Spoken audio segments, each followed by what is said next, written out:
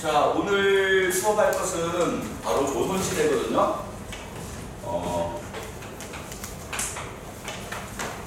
특히 이제 이 조선에서 중요한 우리가 조선 시간에 전 시간에 배웠던 게 여러 가지가 있죠.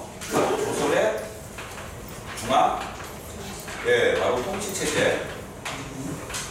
그 다음에 바로 지방행정 시스템.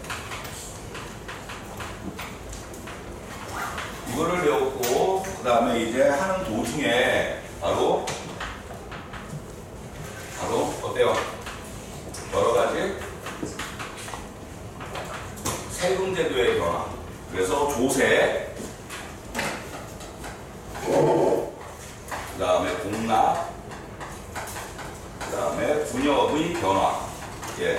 요거까지 이제 다 공부를 했어요. 그래서 핵심적인 걸 얘기하자면 통치체제는 바로 의정부, 서사제, 그 다음에 육조, 직계제, 그것의 의미를 이제 파악하는 거고요. 그 다음에 지방행정 시스템으로서는 바로 여러분들 팔도 다 배웠죠. 그 다음에 이제 부목, 군현 시스템을 갖추었고 모든 그러한 그 하위 행정구역에도 바로 관리를 파견하였다. 그죠? 그래서 고려가 다른 점이고, 그리고 이제 고려 때는 향소부복이라고 하는 그러한 특수행정구역이 존재했으나 조선시대에는 그것이 다 소멸되었다. 그래서 고려에 비해서 보다 더 강력한 중앙집권 시스템이 구축되었다. 그거를 이제 배웠던 거예요. 그리고 또 이제 하나로는 바로 이 지방행정 시스템을 통해서 우리는 고려의 향리와 조선의 향리의 어떠한 역할과 위상, 지위 이러한 것들의 이제 변화를 공부를 했고요. 그리고 이제 세금제도 같은 경우에는 조세는 기본적으로 딱 세 단계만 구분하면 되죠. 바로 10분의 1에서 바로 연분, 부등법, 한결당 4주에서 20주까지 차등적으로 납부하게끔 했었는데, 최저율을 받는 관례가 만들어지게 되고, 바로 이때 인조 때 영원히 한결당 4주로 받는 그러한 토지제도가 갖춰졌다. 이걸 공부했어요. 그리고 이제 공납은 바로 뭐를 대상으로 하여? 가구를 대상으로 하여 특산물을 바치던 것이었는데, 바로 방납의 폐단이라고 하는 그런 문제가 나타나기 때문에 바로 수미법, 이와 유성룡은 수미법을 건의하였고, 이것이 수용되지 않았으나 바로 누구 때 가게 되면, 광해군 때 가게 되면 바로 대동법이라고 하는, 그래서 쌀과 그 다음에 이제 포목이라든가 아니면 동전으로 바로 납부하게끔 하는 그러한 시스템으로 바뀌었는데, 이때는 경기도에 한해서 시행을 하였다. 그러다가 어느 왕때 가게 되면 바로 숙종 때 가게 되면 전국적으로 확대되었다. 대동법이 갖는 의미는 두 가지가 있어요. 공납의 급납화, 공납의 전세화. 왜 전세화라고 얘기를 하냐면 바로 토지를 소유한 자가 내야 하는 그런 세금의 형식으로 변화했다는 얘기예요. 그래서 바로 이 대동법에 따르면 토지를 소유한 자가 한결당 대동리를 얼마를 내요? 12두를 납부하게끔 되어 있었죠. 그렇기 때문에 공납에 뭐라고 부른다고? 전세화. 그리고 바로 대동법은 돈으로도 납부할 수 있게끔 만들어 놓은 거예요. 그래서 이것을 어떻게 표현해요? 공납의 급납화 현상이 나타나게 되었다. 이렇게 얘기하는 거고, 바로 이 대동법, 바로 이 실시됨으로써 공인이 출원하게 됩니다. 즉 국가가 필요로 하는 그런 상인단이 있겠죠. 특산물을 사와야 하는. 그래서 이 공인들의 성장으로 인하여 바로 활발한 상품 경제 시스템이 이제 등장을 하게 된다. 그래서 바로 이 대동법의 실시는 바로 자본주의의 어린 싹이 눈을 뿌리려고 하는 그러한 자본주의의 맹학이다, 이러한 식으로 표현을 하게 되는 거예요. 아무튼 이러한 식의 이제 변화가 나타났고, 그 다음에 분역이라고 하는 거. 자, 분역은 양난을 거치게 되면서 바로 분역에 어떠한 현상이 나타나냐면 요역화 현상이 나타나요. 뭐예요? 예, 바로 노가다. 바로 이러한 식으로 변질돼. 힘든 일을 해야만 되는 거야. 그래서 바로 기피가 생겨나게 되고요. 돈 주고 다른 사람을 대신 보내는 대립제가 일반적으로 성행하게 되고, 바로 이것 때문에 국가는 아예 방분 수포제를 실시하게 됩니다. 그래서 사람 한 명당 1년에 토목 2피를 받고 바로 군역을 면제해주는 그러한 방분 수포제가 생기게 되는데, 그런데 사실상 바로 1년에 2필이라고 하는 것은 농민들에게는 크다란 부담이 되게 됩니다. 자, 이 군역은 일반 양반들이라든가 유생들이라든가 학생들이라든가 이런 아이들은 배제되는 거죠. 그러니까 이제 너무나 그 군역이 균등하지 못하다. 이러한 상황에 농민들의 그러한 어려움을 조금 감면해주고, 그리고 또한 일반 양반들에게도 어때요? 예, 바로 군역을 고르게 주게 하는 그러한 방안에서 바로 뭐가 만들어져요? 예, 균역법이라고 하는 것이 만들어지는데, 바로 이게 어느 왕 때야? 예, 바로 영조 때 만들어진다. 그래서 순서는 바로 누구 때? 광해군 때 광해군 때 대동법. 그 다음에 이제 인조 때, 인조 안 써놨구나. 인조 때 영정법. 숙종 때 전국적으로 확대. 그 다음에 영조 때 균역법. 이렇게 되는 거고, 요거는 이제 1년에 한 필로 감경을 해주는 대신 부족한 부분은 어장세, 영세 이런 걸 충당을 하고. 근데 중요한 게 하나 있어요. 바로 이것도 역시 토지를 소유한 자는 한 결당 2대박을 바로 세금으로 내야 돼요. 결작이라는 명목으로. 그러면 군역 또한 어떻게 변질되는 거지?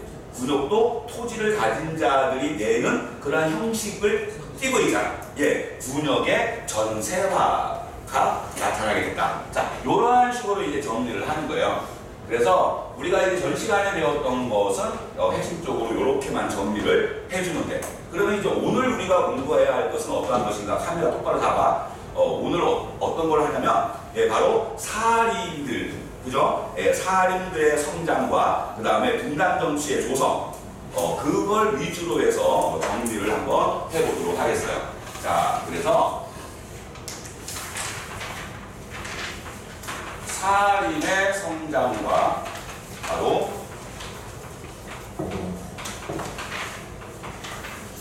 분단 정치의 등장. 자, 요거를 이제 공부를 해볼게요.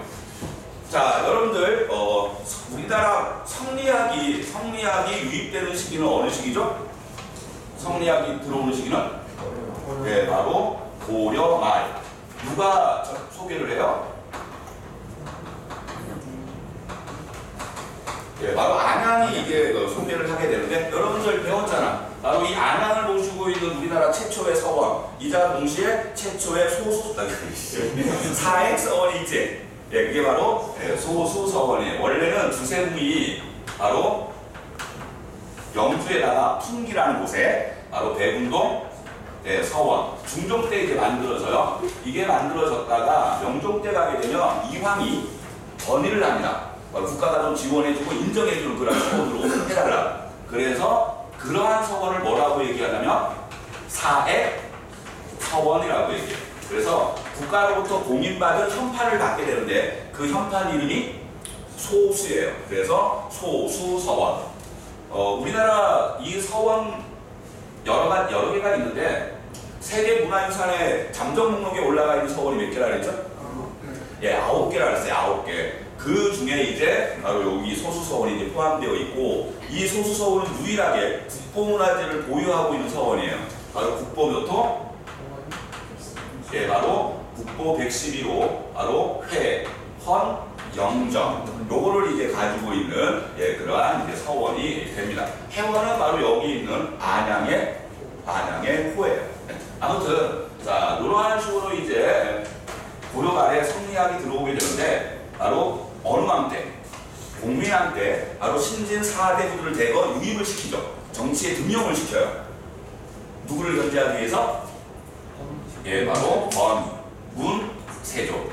권문세족이라고 하면 여러분 다 알고 있겠지만, 바로 원나라 황실의 백을 믿고 그제 기고만장하여 권력을 독단하던 바로 기순실 같은 아이들. 바로 이해 못했으면 넘어갈게. 자, 아무튼 바로 권문 세족들 얘네들을 견제하기 위한 목적으로 바로 신진 사대부 얘네들을 이제 등용하게 되는데요. 시험에는 바로 요것도 시험에 잘 나오는 거 알죠? 바로 고려의 지배계급의 변천, 호조, 그 다음에 바로 왕실과의 중첩 결혼을 통해서 권력을 독단해 나갔던 문벌 귀족, 그 다음에 이제 의종대, 바로 무신정변으로 권력을 잡은 군인들, 그 다음에 바로 원나라의 후광을 얻고 성장하였던 권문세족, 그리고 이제 이러한 아이들을 견제할 목적으로 바로 국민함대 대거 바로 과거를 통해서 등용되는 그러한 아이들이 신진사대, 이제 이러한 아이들이 있게 되죠. 그래서 시험 문제에서는요, 이 두 집단의 성격을 비교하는 문제도 잘 나와요. 권문세족은 주로 중앙 출신, 얘네는 지방 출신. 얘네들은 대농장을 불법적인 방법으로 농민들의 땅을 강제로 수탈하여 자기 것으로 만들어버리죠. 대농장의 지주들. 얘네들은 중소지주 출신. 사상적으로는 얘네들은 불교를 맹신하고 얘네들은 성, 리, 학을 가지고 있다. 주로 이제 문서를 통해서 고위관직을 독차지하고, 그리고 이제 얘네들은 이제 바로 바로 당을 장악하여 인사권을 휘둘러 그러한 이제 아이들이 되고요. 그 다음에 얘네들 같은 경우는 주로 문서보다는 과거를 통해서 이제 관직에 진출하는 그러한 이제 아이들이라고 할 수가 있죠. 자, 그런데 이 아이들에게도 정치적인 성향은 조금 다르죠. 그래서 신진 사대부다라고 해서 다 같은 사대부가 아니라 바로 이 중에서는 바로 큰 밑그림을 그리는 혹은 꿈을 꾸는 그러한 아이들이 있죠. 바로 새로운 왕조를 개창하겠다라고 하는 아이들. 그러한 아이들을 우리가 파라고 얘기하고요. 그리고 이제 새로운 조국에 대한 건설을 반대해요. 그래서 고려 왕조 내에서 점진적인 개혁을 추진하자라고 생각했던 아이들이 바로 사림 세력이에요. 그래서 바로 이성계와 정도조는 바로 공양왕을 폐위시키고 이제 새로운 조선을 건국을 하죠. 조선을 건국하는 시기가 어느 시기죠? 1392년이 되겠습니다. 그리고 이제 1394년 10월 28일 드디어 바로 신하들이 이끌고 한양으로 들어오죠. 그래서 94년 10월 28일이 바로 서울 시민의 날로 정해놓은 거예요. 10월 28일. 자, 아무튼 이러한 아이들은 이제 새 왕조 개창에 적극적으로 참여하였던 바로 정도종과 같은 그러한 인물입니다. 자, 그런데 바로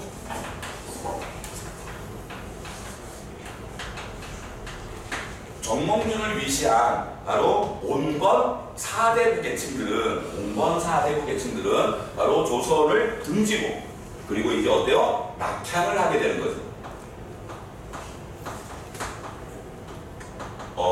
낙향을 하게 되면서 바로 얘네들은 이제 지방에 대한, 향촌에 대한 지배력을 강화시키는 과정 속에서 바로 후학을 양성하는 그러한 일들을 하게 되죠. 바로 그러한 아이들을 우리가 숲속에 파묻혀 있는 선비, 사대부, 이러한 뜻으로 뭐라고 얘기해요? 사림 세력이다. 이렇게 얘기를 하게 되는 거죠. 그 중에 일부는요, 조선 왕조의 개창에 적극적으로 반대하다가 죽을 위기에 처해집니다. 그래서 일부가 바로 조선 그 왕실에 그런 군사력이 미치지 않는 깊은 산속으로 숨어 들어간다 그랬죠. 그래서 도망간 데가 어디냐면 정선이에요. 강원도. 그래서 바로 그 만국의 한을 바로 시로 달래고, 그런데 이제 그 일반 그 백성들에게도 주변 이제 그 향촌에 있는 주민들에게 자신의 어떤 심정을 알리기 위해서 그거를 노래로 만들어 불렀다 그랬죠. 그래서 가장 슬픈 우리나라의 아리랑이 정선 아리랑, 이렇게 이제 됩니다. 아무튼 사설은 이렇고, 자, 바로 이제 이 살인 세력들 잘 보세요.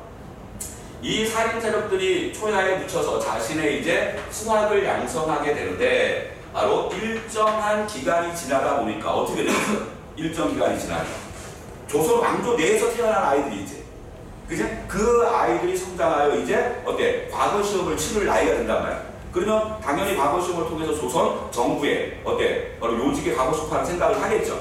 그럼 그때부터 서서히 이제 바로 살인 세력들이 바로 어때? 정계에 진출을 하게 되는데 바로 어느 왕 때? 성종 때 바로 살인의 진출이 시작되게 돼요. 이때 이제 등장한 자가 누구냐면 등장한 인물이 바로 여러분들 알걸요?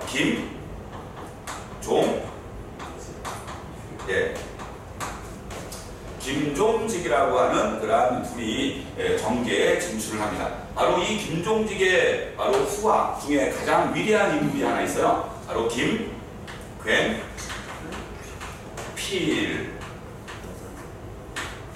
이 김굉필을 모시고 있는 서원이 무슨 서원이지? 바로 대구 달성의 바로 도동서원이에요. 도동서원. 그래서 이 김갠필을 모시고 있는 이 서원은 아주 특징적인 게 하나 있는데 기둥에 흰 한지를 이렇게 감아놨어요. 그래서 아주 꼿꼿한 그러한 이제 선비를 상징하는 그러한 의미고, 그리고 이 도동서원에 있는 그 들어가는 문이 높이가 1m 20정도밖에 안 돼요. 그러면 왕이 들어와도 어떻게 돼요? 자연스럽게 그 김갠필을 향하여 고개를 숙여야 돼요. 자, 아무튼 이런 아이들이 이제 진출을 하게 되는데 그 이후부터 이제 많은 제자들 이러한 아이들이 이제 정계에 진출을 하게 되는 거죠. 자, 그러다 보니까 봐요. 기존에 이제 관직을 차지하고 있었던 아이들과 새로이 등장하는 아이들, 그러니까 서로 갈등이 생기겠죠. 생겨요, 안 생겨요? 생겨요. 그래서 이제 마찰이 생기게 되는데 이 마찰로 인하여 바로 이 살인 세력이 수없이 많이 죽임을 당하는, 수청을 당하는 그러한 일들이 벌어지는 거죠. 그래서 바로 그것을 우리가 뭐라고 얘기하냐면 살인이 당한 화다라고 해서, 피해다라고 해서, 화를 입었다라고 해서 줄여서 뭐라고 얘기해요? 사화라고 얘기해요. 바로 이 사화에는 바로 몇 차례 정도가 진행되게 되냐면 몇 차례가 진행되죠? 4차례가 진행이 돼요. 4차례. 그래서 일단 연산군 때 2차례. 그 다음에 바로 바로 중종 때 1차례. 그리고 명종 때 1차례. 그래서 구체적인 내용까지 알아두라고 하기는 그렇지만 아무튼 큰 틀에서 사화라고 하는 것은 이렇게 정계에 진출한 살인 세력이 바로 관학파들의 농간에 의하여 여럿이 희생되는데 그것을 뭐라고 한다? 사화라고 한다. 바로 이 사화가 최초로 이루어진 게 바로 연산군이에요. 연산군은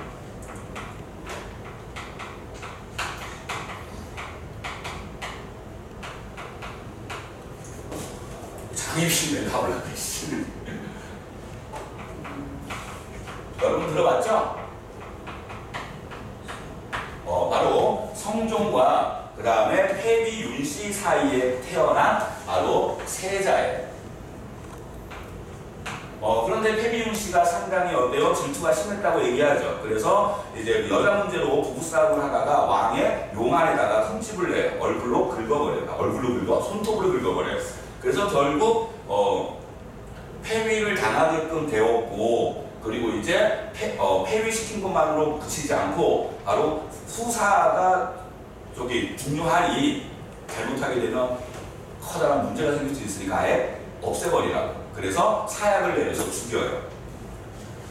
아무튼 그러한 이제 일이 있었는데 이 연산군은 그 내막을 모르는 상황이에요. 자, 바로 이 연산군 때 가게 되면 바로 새로운 이러한 또한 바로 살인 세력들이 이제 관직에 계속 진출하다 보니까 걔네들을 무력화시키기 위하여 결국은 바로 아이디어를 하나 짜내는데 바로 어떠한 아이디어를 짜냈냐면 우연찮게. 여러분 혹시 그 영화에 그거 보신 적 있어요? 그걸 뭐라 그래? 홍길동 영화가 아니라 홍길동을 주제로 한 제목이 뭐지 드라마? 도적. 됐어. 얘기 안 해. 아무튼 거기 드라마에 보게 되면 홍길동의 형이 우연찮게 바로 사초를 뒤지다 사초에 뭐를 발견하냐면 조의제문 요거를 어때요? 발견을 하게 돼요. 그래서 바로 이제 그 왕위를 찬탈한 누구를 빗대서 세조를 빗대서 단종을 조문하는 그런 글이에요. 이러다 보니까 바로 이 연산문의 입장에서 보게 된다면 바로 예종 그 다음에 세조가 있는데 자기 아버지의 자기 조상의 정통성을 어때요? 비난하고 있는 그러한 글이 발견되니까 그지? 당장 이 글을 쓴 새끼를 잡아와라 했는데 누구였어? 김종직이었어. 이분은 사망하여 바로 관 속에 들어가 있는 그러한 상태예요. 어떻게 해요? 이 무덤을 파헤치라 그러고 거기서 시신을 꺼내서 시신을 토막을 내요. 그게 바로 부관 참시라고 하는 거고요. 바로 이 김종직을 따르던 그 후학들, 친하다라고 알려졌던 아이들은 대거 숙청을 시키거나 심지어는 죽이기까지 합니다. 그래서 이 김갱필도 바로 이 사화는 우리가 무슨 사화라 그러죠? 예, 바로 무오사화라고 하는데 이 무오사화의 희생양이 돼요. 그런데 내리는 사약을 굳건하게 한치의 어떠한 그 흐트러진 자세 없이 마셨다고 하죠. 바로 이 김갱필도 바로 이 무오사화 때 희생된 그러한 인물이에요. 그러다가 이제 또 한 차례 바로 사화가 발생하는데 그 사화가 바로 무슨 사화냐면 무슨 사화요? 바로 갑자사화인데 이 갑자사화는 바로 이 폐비 윤씨를 폐비시키게끔 만들고 거기다가 한 걸음 더 나아가서 사약을 내리라고 종용했던 그러한 대신들 여기에는 바로 관악파 즉 훈구 대신뿐만 아니라 살인세력도 포함되어 있는 거예요. 그래서 훈구 살인할 거 없이 그냥 쳐버려요. 광란에 바로 피에 춤을 췄던 거지. 그게 갑자사화예요. 결국 이렇게 두 차례의 엄청난 그런 숙청 작업이 이루어지게 되고 결국은 바로 반정이 일어나게 되는 거예요. 쿠데타가 일어나게 되는 거예요. 우리나라 최초의 쿠데타라고 할 수가 있죠. 그게 바로 뭐예요? 중종 반정이에요. 이 반정으로 바로 왕위에 오른 중종은 바로 여러 과감한 개혁 정책을 이제 펼치게 되는데 바로 그 개혁의 중심에 있었던 인물이 바로 누구예요? 조광조예요. 이 조광조는 약간 늦은 나이에 이제 관직에 이제 진출을 하게 되는데 중종의 총애를 받고 그리고 네가 하고 싶은 대로 개혁을 한번 추진해봐라 그러한 명을 받죠. 그래서 이 조광조가 추진한 개혁 정책 여러 가지가 있습니다. 일단 조광조는 뭐예요? 소격서를 폐지하는 그러한 소격서라고 하는 것은 바로 도교 관련 행사를 주관하던 관청이에요. 그래서 이 소격서를 폐지하고 자 그 다음에 중요한 게 하나 나와요. 요거 하나 알아둬야 돼요. 현량과라고 하는 거. 이거는 무시형으로 추천에 의하여 관직에 진출할 수 있게끔 하는 그러한 제도예요. 그래서 이 현량과를 통해서 바로 조광조와 연줄이 있는 아이들이 많이 정계에 진출을 하게 되죠. 자 그리고 이게 조광조는 중요한 거 하나를 꺼내요. 바로 이 중종 반정에 공을 세운 인물들이 있지. 그제? 그러한 아이들을 우리가 뭐라 그래요? 공신이라고 얘기하죠. 당연히 국가에 공헌을 한 자녀, 우리가 지금도 마찬가지지만 훈장을 주죠. 그런데 여러분들 우리나라 독립운동하는 그러한 독립군들을 잡아서 쳐 죽이고 감옥에 집어넣었던 그러한 친일파 아이들이 어느 순간 뭘로 둔갑이 되죠? 독립투사로, 그죠? 독립운동가로 어때? 둔갑해가지고 국립묘지에 안장되어 있는 그러한 경우도 생기는 거예요. 그게 다 뭐예요? 가짜 훈장이죠. 그런 게 위훈이에요. 그러니까 결국 반정에 가담하지도 않고 눈치만 보고 있다가 반정이 성공하니까 거기에 스글쩍 자기 이름을 끼워넣는 아이들이 있어요. 그래서 조선을 건국할 때 공신들이 100여 명밖에 안 됐다라고 하는데 중종 반정 때 그 공신 명단에 올라가 있는 아이들이 수백 명이 돼요. 그러니까 얼마나 이 잘못된 그 훈장들이 남발됐는지 알겠지. 여러분들 훈장 같은 국가로부터 훈장 같은 거 받으면 여러 가지 특혜가 많을 거 아니에요. 그래서 바로 이 조광조가 이 잘못된 위훈을 바로 잡는 거예요. 위훈이라고 하는 것은 가짜 훈장이에요. 그 잘못된 그런 훈장을 바로 잡는다. 그래서 그거를 위훈 뭐라고 얘기해요? 예, 삭제. 그러니까 이렇게 승부 세력에 대하여 전면적으로 도전을 하다 보니까 이 조광조가 상당히 미움을 많이 사죠. 바로 주변 이제 기존의 이제 그 세력들로부터. 그렇지만 중종은 끝까지 조광조를 신뢰하면서 개혁을 지지해줘요. 그런데 결정적인 하나의 사건으로 인하여 바로 이 조광조가 실각하고 그리고 이제 또한 죽임을 당하게 되는 거예요. 바로 그게 바로 무슨 거예요? 무슨 사화? 예, 기묘사화라고 하는 것이에요. 다 들어봤죠? 나뭇잎에다가 그제 꿀 바른 그런 바늘로 주초위왕 이것을 여러 개를 써요. 그래서 아침에 일어나 보게 되면 개미가 고기 꿀 바른 데만 갉아먹어가지고 글씨가 나왔다 하잖아. 그래서 바로 이제 나뭇잎 몇 장을 가지고 중종한테 보여주면서 이거는 기필코 바로 하늘이 지금 경계의 글을 우리에게 남겨준 것이다. 주초위왕, 바로 두자 합치면 조씨가 왕이 된다라는 글. 그래서 바로 그러한 기묘한 일로 인하여 바로 조광조가 실각을 하게 되는 거예요. 알겠죠? 여러분들 조광조를 모시고 있는 서원 어디에 있죠? 예, 바로 용인에 있어요. 용인의 신곡서원. 용인의 신곡서원이라고 하는 것이 있는데 여기가 바로 조광조를 이제 배양하고 있는 그런 서원이에요. 자, 그리고 이제 명종 때 바로 을사사화. 그래서 윤원흥과 윤임의 어떤 권력 다툼 속에서 바로 살인 세력들이 이제 큰 피해를 당한 그러한 것을 이제 우리가 기묘사화다 이렇게 얘기를 하죠. 자, 그리고 이제 여러분들 명종 다음에 누구예요? 선조. 예, 바로 선조가 되죠. 자, 바로 이 선조 때 가게 되면 이제는 바로 살인 세력들이 모두 다 정계에 진출되어 있고 바로 관직은 어떻게 되죠? 관직은 한정돼 있죠. 특히 고위관직들은 더욱더 그럴 것이고요. 그런데 여기에 올라가고자 하는 사람들은 무수히 많겠지. 이러한 과정 속에서 바로 붕당이라고 하는 것이 생겨나게 돼요. 그러니까 붕당이다라고 얘기하면요, 여러분들 너무 어렵게 생각하지 말고요. 그냥 현대식 개념을 바꿔가지고 무슨 정치? 정당 정치라고 생각하면 돼요. 정당이라고 하는 것이 만들어져요. 여러분들 지금 자유한국당하고 그죠? 더불어민주당하고 어때요? 성향이 너무나 다르죠. 얘네들은 결코 물과 불처럼 섞일 수가 없어요. 그런데 맨날 대립하고 막 이런 식으로 하지.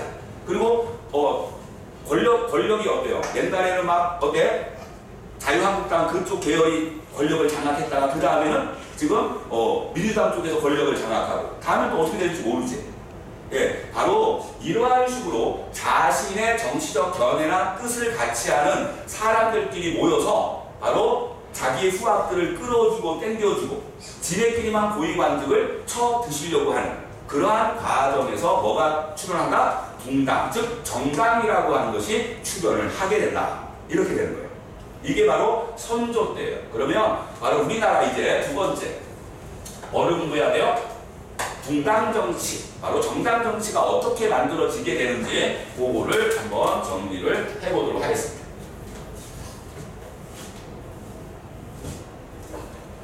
자, 붕당 정치의 등장, 바로 선조 때 이조 전랑이라고 하는 관직을 두고 바로 김효원이라고 하는 자와 신, 의, 경, 이 둘이 서로 대립을 해요.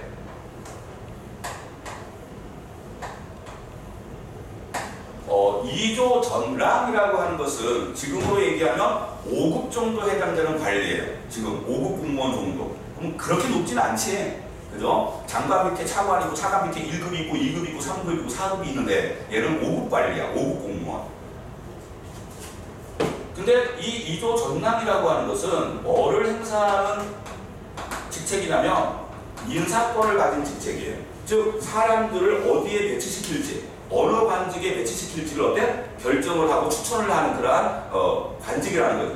인사권이라고 하는 것은 어느 회사나 다 제일 중요하죠. 그리고 이제 이 전당에서 물러나게 되면 후임 전당을 내가 추천할 수 있어요. 그러면 그 자가 거의 어때?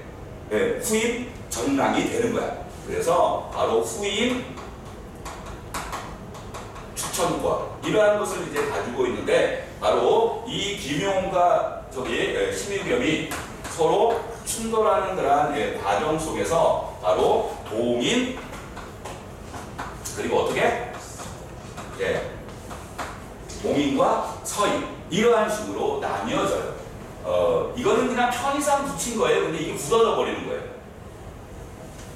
바로 김용호는 바로 경복궁 동쪽에 이제 집이 있어서 동일이라고 불렸고, 얘 이쪽 아이를 바로 지지하는 아이들, 그리고 이제 심의겸 같은 경우에는 경복궁 서쪽에 이제 집이 있어서 바로 얘를 지지하는 아이들을 뭐라 불러요? 서인이라고 부르게 되는 거죠. 자, 이 동인은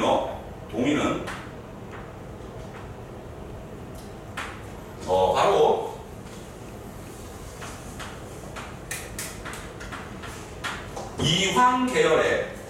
이황 계열의 누구와? 남인과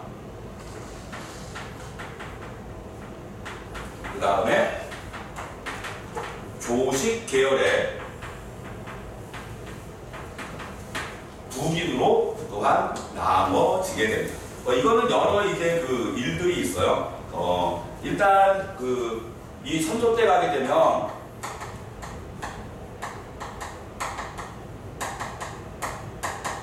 바로 정여립 오반 사건이라고 하는 것이 있는데, 이때만 하더라도 이제 동인이 이제 세력이 컸던 그런 상황이에요. 그런데 이 정여립 오반 사건으로 인하여 바로 서인의 정철이, 이 정여립 같은 경우 나중에 이제 직접 난을 일으킨 게 아니고 고변이 들어와요. 얘가 난을 준비한다고. 그러한 이제 변이 들어오고 군대를 계약해 파견을 하다 보니까 이 정여립과 그 아들이 자결하여 죽는 상황이 벌어져요. 그러면 어떤 사람은 왜 죽겠어? 이런 식으로 되는 거지. 예, 그래서 그 과정 속에서 이 정철이 이제 모든 것들을 이제 조사하던 그런 사람이었는데, 그래서 대거 누구를 쳐요? 동의를 많이 치죠. 동의를 많이 쳐요.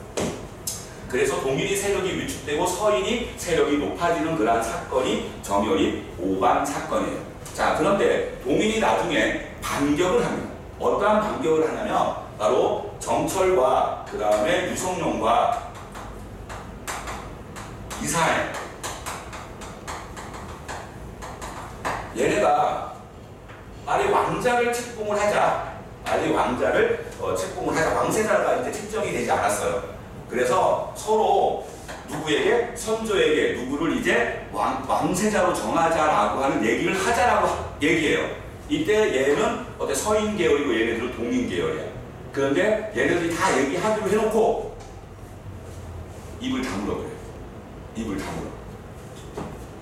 그리고 이제 이 경연 자리에서 바로 정철이 꺼냅니다. 왕세자. 그래서 이거를 이제 정철의 건적의 사건이다 이렇게 얘기하는데 바로 선조의 문 밖에 나기 시작을 해요. 이것 때문에 자꾸 왕세자를 자꾸 이제 뭐 누구를 해라 뭐 이런 식으로 얘기하니까 그래서 얘가 실각당하게 되죠. 그때부터 이제 동인의 반격이 생기게 되는 거고 바로 이 정철의 처리에 대해서 이 정철을 이렇게 과감하게 이렇게 내칠 필요가 있었느냐 그러한 것에 의해서 약간 급진적인 아이들 당연히 그래야지 끝까지 이놈들이 우리 동인에 대해서 어떻게 했는데 끝까지 치자 라고 했던 북인과 그리고 약간 좀 관대한 그러한 생각을 품은 그러한 남인으로 이렇게 구분이 되게 돼요. 아무튼 이렇게 이제 되는 거고요. 자, 바로 이러다가 선조 이후 누가 집권을 하죠? 바로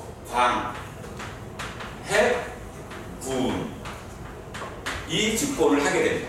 그래서 이 광해군이 이제 왕이 되면서 바로 어떠한 아이들이 주로 이제 고위 관직을 차지하냐면 바로 북인이에요.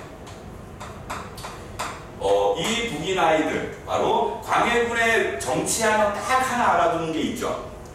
바로 중립외교, 바로 실리 위주의 중립외교, 실리외교.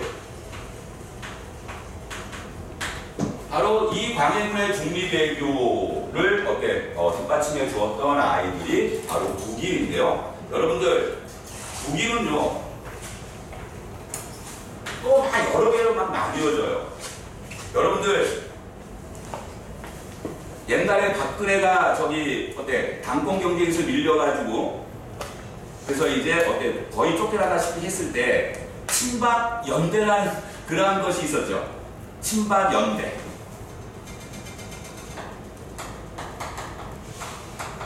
그래놓고 이제 얘네들이 대거 이 친박 연대가 국회의원에 한 여러 명이 많이 당선이 돼요. 그래서 다시 합치죠. 그죠? 새누리당 그쪽으로. 그래놓고 이제 이 당권 경쟁에서 승리하고 그다음에 당 후보가 되었을 때 바로 이 친박의 세력 일부들이 지네끼리 또 나뉘어지죠. 어떻게 나뉘어져요? 진박, 진박, 빼박 뭐 이러한 식으로 뼛속까지 친박 뭐 이러한 식으로 내가 진짜 진박 뭐 이러한 식으로 나뉘어지는 것처럼 바로 이 북인도 골수 끝까지 북인 뭐 이러한 식으로 막 나뉘어져요. 아무튼 광해군 때 가게 되면 이 북인들이 바로 이러한 중립외교의 선봉에 서게 되는데 잘 보세요. 이 광해군 때 가게 되면요 바로 어느 나라와 어느 나라가 바뀌는 시기예요? 바로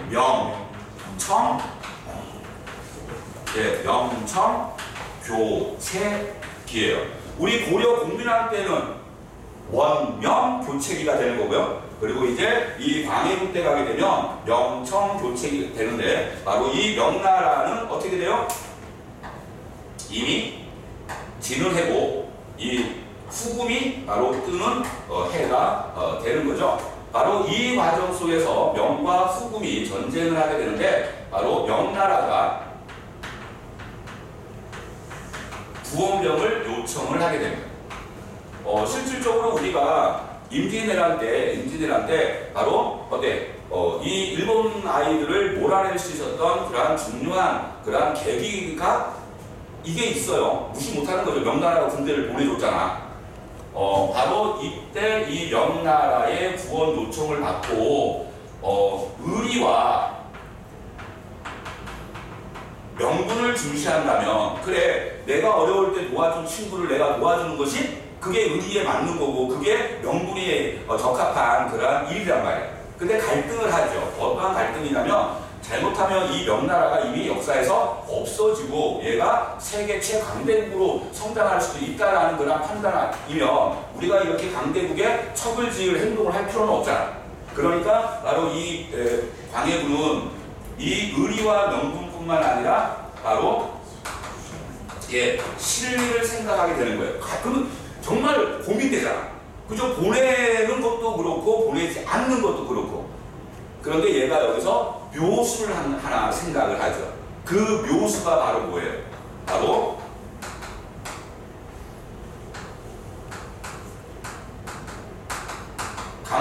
강홍립에게 군사를 내주어서 바로 명나라의 요청을 들어줘요. 파병을 합니다. 그러면 어때요? 의리와 명분을 잡았죠.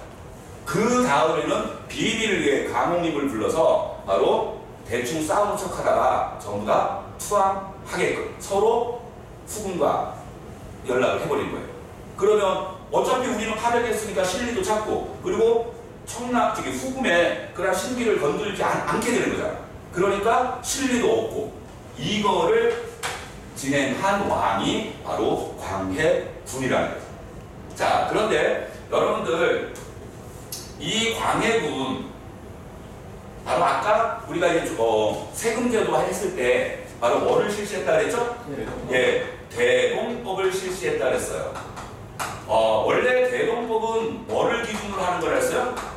예, 가구를 중심으로 해서 걷는 세금인데, 이게 광해군 때 가게 되면 뭘로? 토지 소유자로 변해버리는 거야. 한결당 12도를 내야 돼요. 여러분들 영정법 체제하에서 시행되지는 않았지만 이 시기에는 영정법 체제하에서의 세금은 얼마예요? 4주죠. 그런데 대동비는 한결당 얼마를 내야 돼요? 그 3배를 내야 되는 거야. 그러니까 이 대동비라고 하는 것이 대동세가 센 거예요.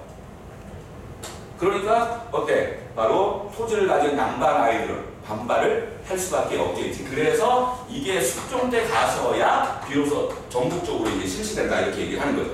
대동법을 이제 실시를 하게 됐다. 자, 그리고 이제 영창대군을 살해하고, 그 다음에 계모 임복대비를 폐위시키는, 가도 유폐시키는 그러한 일들을 감행을 하죠. 그래서 바로 이 광해군 때 바로 반정이 일어나는데, 그 반정이 바로 뭐예요? 예, 그 반정이 바로 인조 반정이에요. 근데 인조 반정의 핵심은요, 바로 이 두 가지를 표면화시킨 거예요. 그래서 천륜을 어긴 자, 그러니까 당연히 쫓겨나야 된다, 이렇게 이제 한 거지만, 실질적으로서는요, 여러분들 인조 반정을 주도한 아이들이 누구냐면 서인이에요. 이 서인들은 어떠한 경우에도 바로 예외를 허용하지 않는, FM대로만 일을 처리하려고 하는 아주 골수적인 그러한 보수적 관점을 가진 아이들이라고 생각을 하면 돼요. 자, 그래서 얘네들은 바로 어찌 명분을 저버리고 이렇게 거짓 투항을 하게끔 했는가, 그리고 천륜을 어긴 죄를 물어서 쿠데타를 일으키게 되는 거죠. 자, 여러분들 여기 있는 광해군과 이 인조 딕이 어때요? 악연이 하나 있어요. 여러분들 인조의 아버지가 누구예요? 인조의 아버지가 훗날 원종 임금으로 이제 추존되는데, 광해군 때 이 광해군이 이 원종, 즉 인조의 아버지 집을 빼앗아 버려요. 원종의 사가 이거를 빼앗아서 여기다가 궁을 줘버려요. 이 궁이 경덕궁이에요. 이게 이제 영조 때 가면 뭘로 바뀌어요? 경희궁으로 바뀌죠.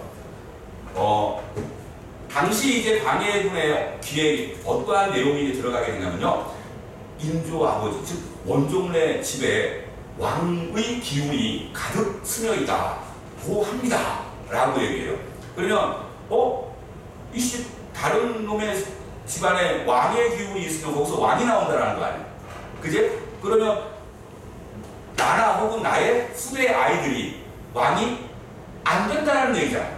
그러니까 불안한 마음이 들어요. 그래서 이 원종의 집을 빼앗아서 바로 경덕궁을 짓습니다. 그리고 바로 이 광해군 때 경덕궁이 완성돼요. 그런데 경덕궁에 못 들어가요. 바로 인조 반정이 일어나게 된 거예요.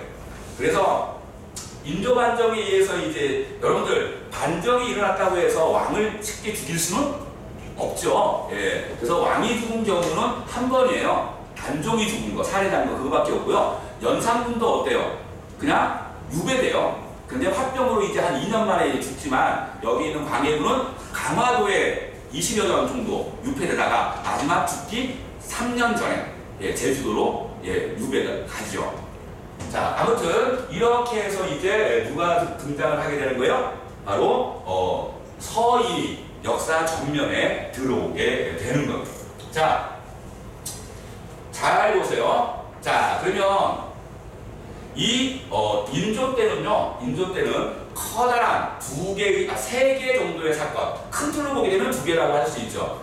그게 뭐가 인조가 즉위한 초에 무슨 일이 벌어지냐면요, 바로 이 괄의 난, 이게 일어나요. 이괄의 난. 이괄은 인조 반정에 참여했던 그러한 인물인데 바로 자신보다 못한 아이가 자신보다 더 높은 대우를 받는 것에 불만을 품고 난을 일으키죠.